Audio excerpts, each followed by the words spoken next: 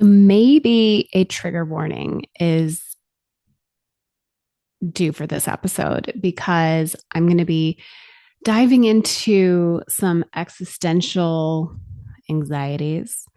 And it's always my greatest intention to leave you feeling empowered and at peace and just like my intention is always to leave people better than I found them, right? So even when I'm doing like a new patient inquiry or discovery calls, like no matter what, if that person's going to work with me or not, I want them to feel better having had these moments together.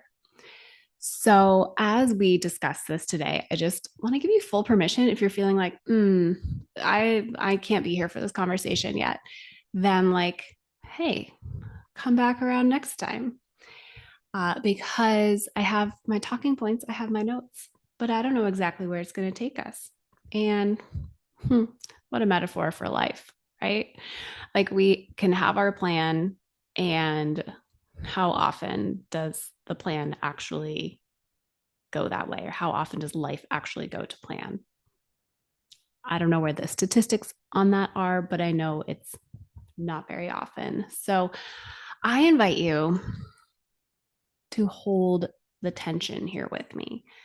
The tension between existentially some of the things that are happening right now and some of what you might be experiencing in life as kind of doom and gloom versus this is the planet we want to be living. This is the life we want to be living. So, where we're going with this today, we're talking about some of the data behind the rising rates of infertility and some of newer technologies and how this may be impacting our environment and how that could then in turn impact fertility and what we're going to do about this. Because I think that's where we as humans often get overwhelmed is when there's something really big happening, is like we can tend to sort of contract our world. And I will admit, I've been guilty of this, and I've been guilty of advising my patients and clients to just put yourself in a bubble for a bit. Like when you're in a really vulnerable spot, I do very much feel like it's okay to shut off the news for 2 weeks. It's okay to not hear the constant bombardment of negative things that are happening. But it's like, it's a balance, right? Of knowing what's going on in the world and believing that you are powerful in creating change while also shielding yourself from 24/7 negative information. So, I am going to present some information that is unfortunately negative, and we're going to talk about what we can do about it. Okay. So, bear with me. Okay, just as like a side note of something kind of hilarious, I have taken to listening Good Hang with Amy Poehler. And part of the reason I love this podcast is that it's just like it's Amy Poehler talking to her best friends about funny things and life stories, and like people just they just have like the most genuine laughter and connection, and I love it. And when I was growing up, and this would have been like the circa like 1997 to 2000 time frame, one of the things that me and my dorky friends did, I was one of the dorks too, like 100%, we would create skits. We would like, set up the old school video camera and we would create like SNL style skits.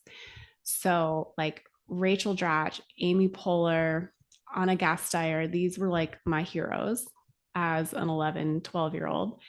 And I was listening to the episode that Amy Poehler did with Rachel Dratch, where they talk about the creation of the Debbie Downer character. And I was like, oh my God, that's going to be me in this podcast episode that I'm planning.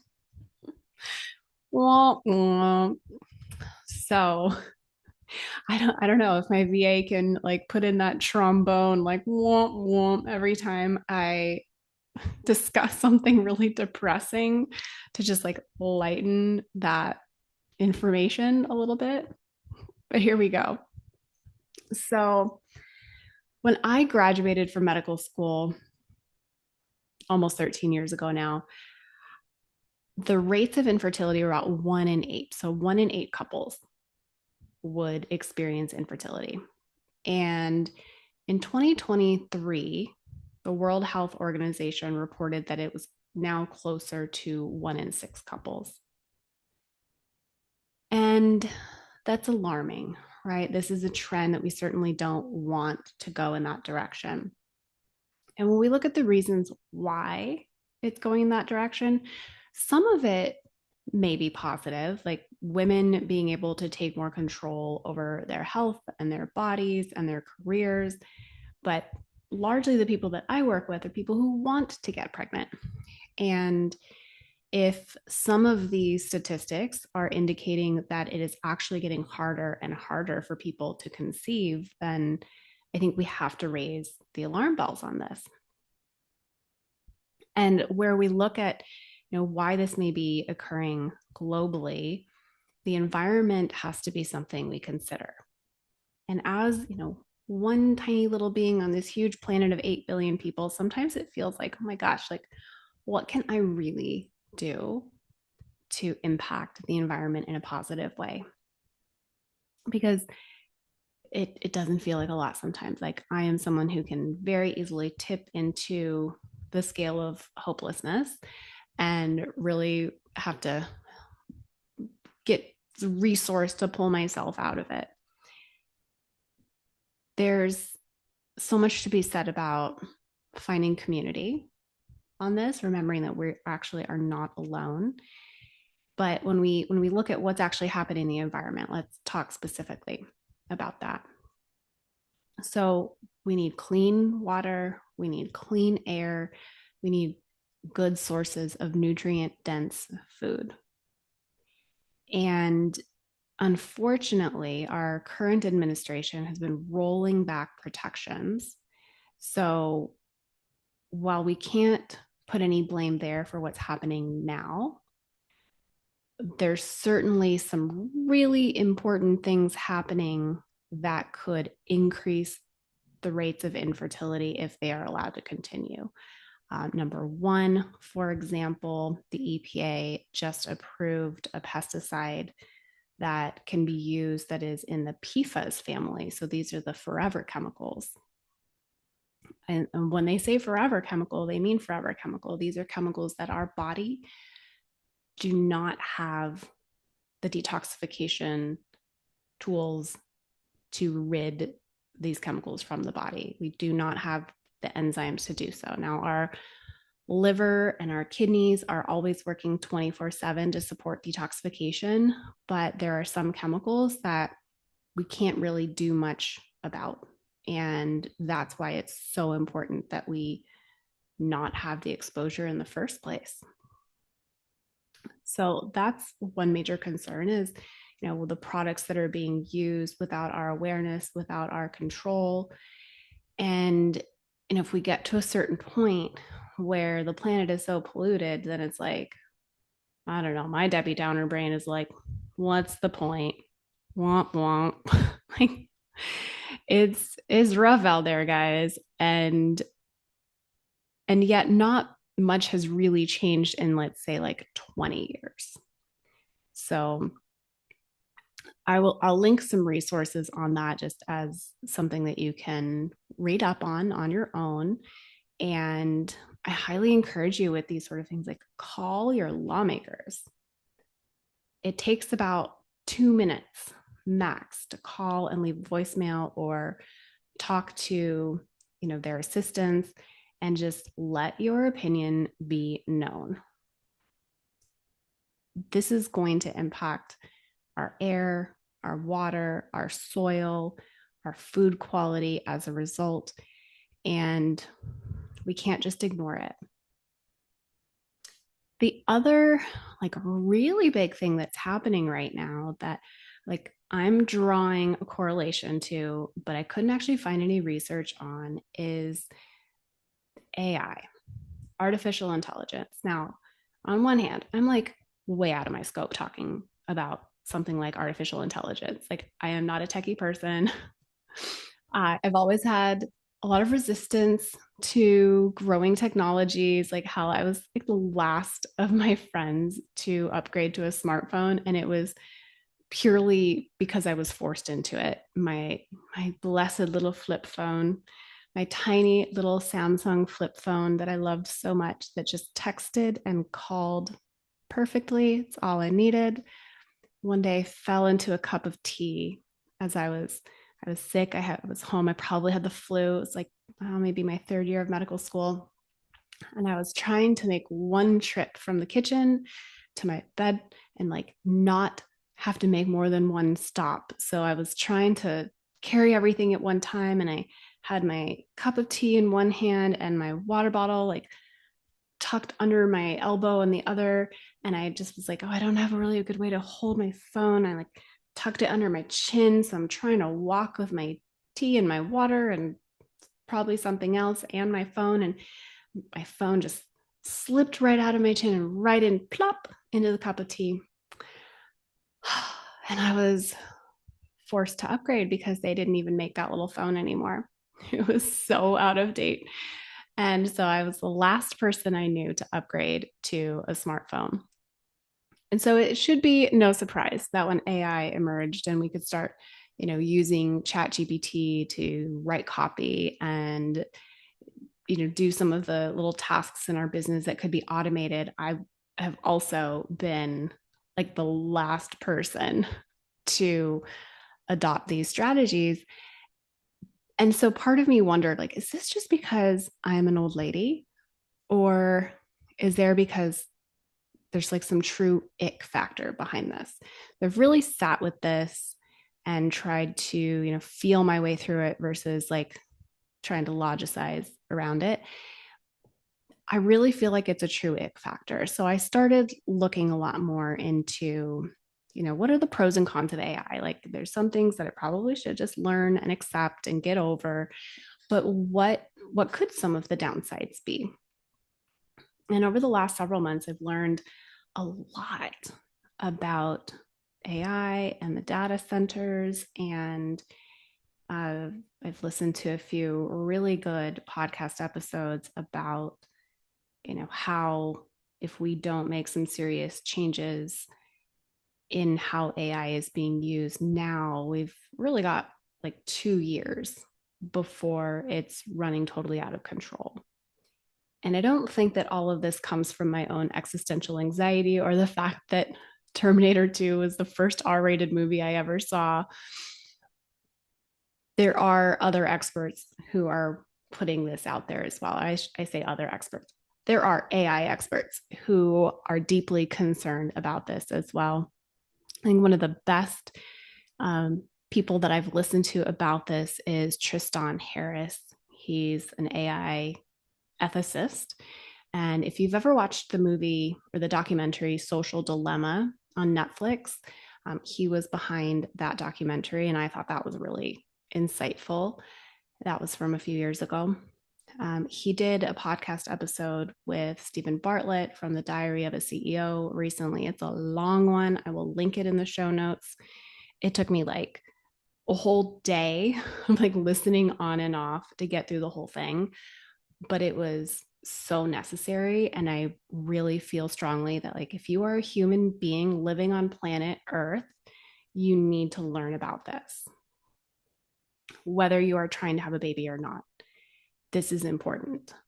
And especially if you're trying to have a baby, because as we step into these new technologies, these issues that could be putting more strain on planetary resources, like, I think we have to be very conscious about what we are bringing children into.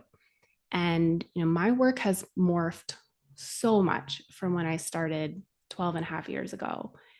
And not to say that, naive little young, 27-year-old Katie Rose was, um, not well informed about fertility. Like I certainly had a really good understanding of like the anatomy, physiology, endocrinology piece of things. But when we truly look at fertility holistically, we have to look at our environment.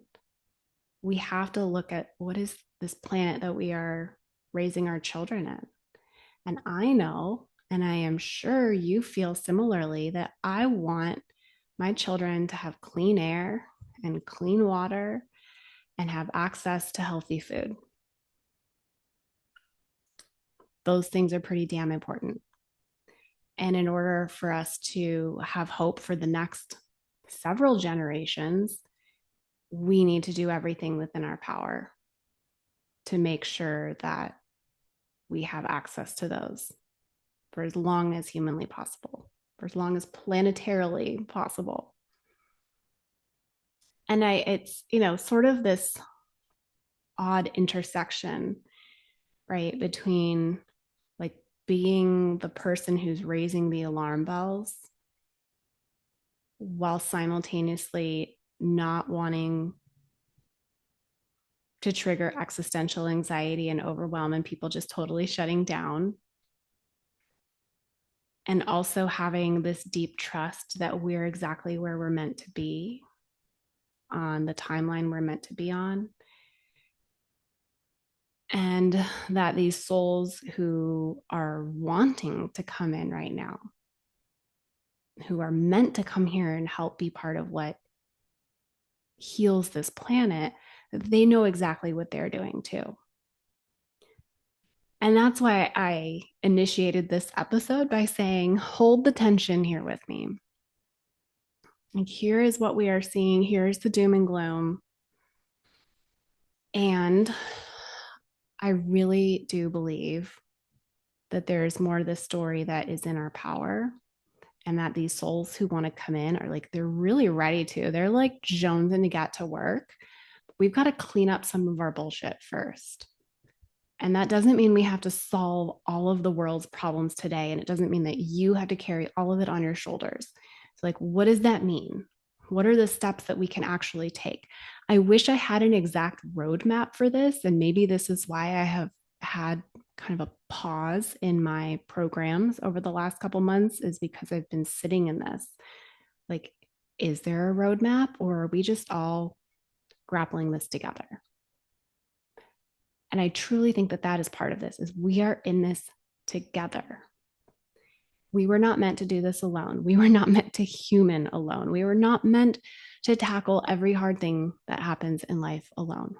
We are meant to do this together. That is number one. That might be the most important piece of this.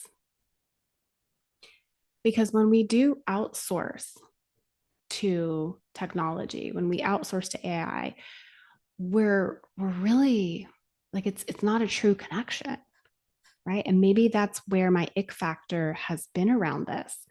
And I'm not sure if you've started to tune into this, like if you can tell when something has been written with AI. And like, I'm a bit of a hypocrite here, because I do allow my virtual assistant to use AI when it comes to like creating the transcript for the podcast, as an example, or pulling the clips out for the podcast so that we can post on social media.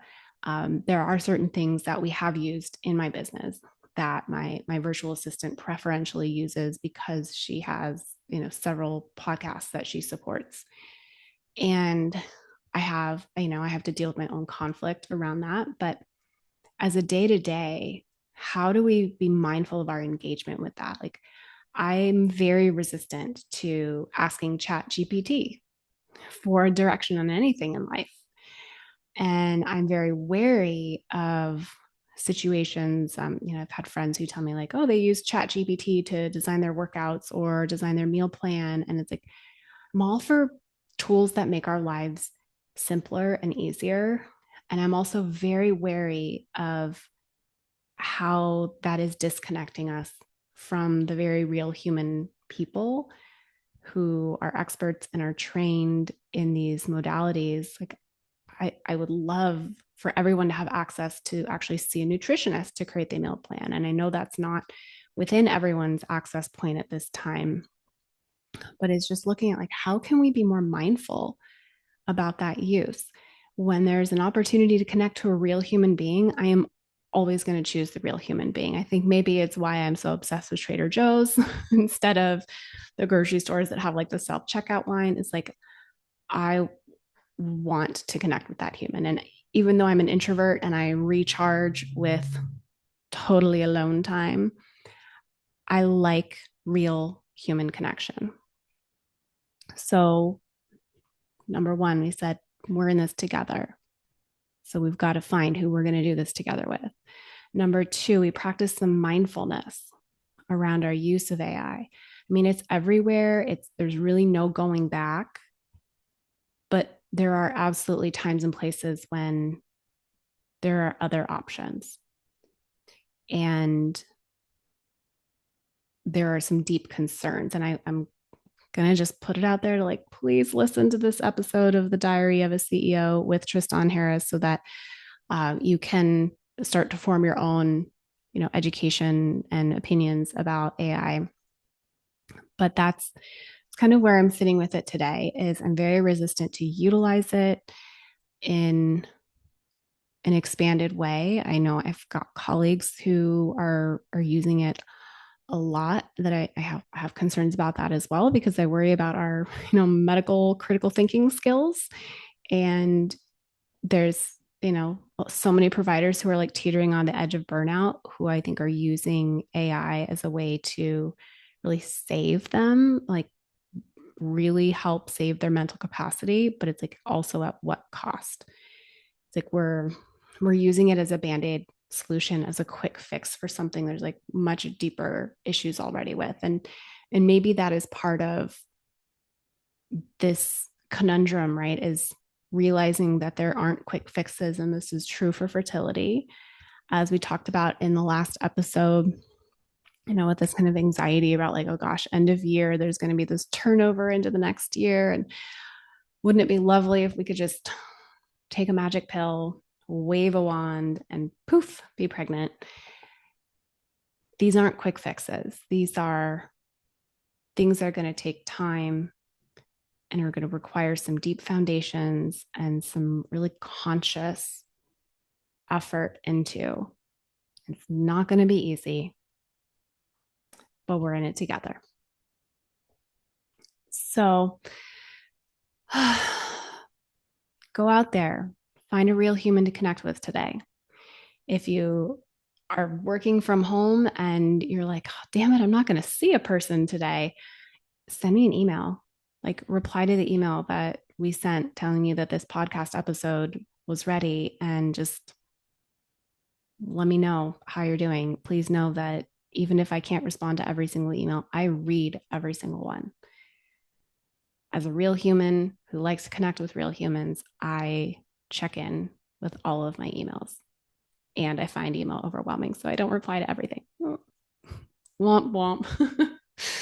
But I do love building these connections with you. And if we can really emphasize that as part of our healing, there's truly something to that. When you can remember that there are 8 billion people on this planet, and how much power there is in coming together with even just a few people who have similar intentions. And it doesn't mean you have to be in an echo chamber, or you all have to have the same opinions about everything. But when you have this deep intention for wanting a better planet for your children and your future children, that's so powerful. So let's think about how we can do that together. That's my mission. And I think for better or for worse, that's just what I'm here to do in life. And having a child is like the greatest act of hope that you can have in this time. So I'm here to support you in that, in mind, body, and soul. Thank you for being here. I'm sending you so much love as always. And if you feel like you need some real human connection today, you know where to find me. You can send me an email. You can DM me on Instagram. And let me know what came up for you throughout this episode. Until next time.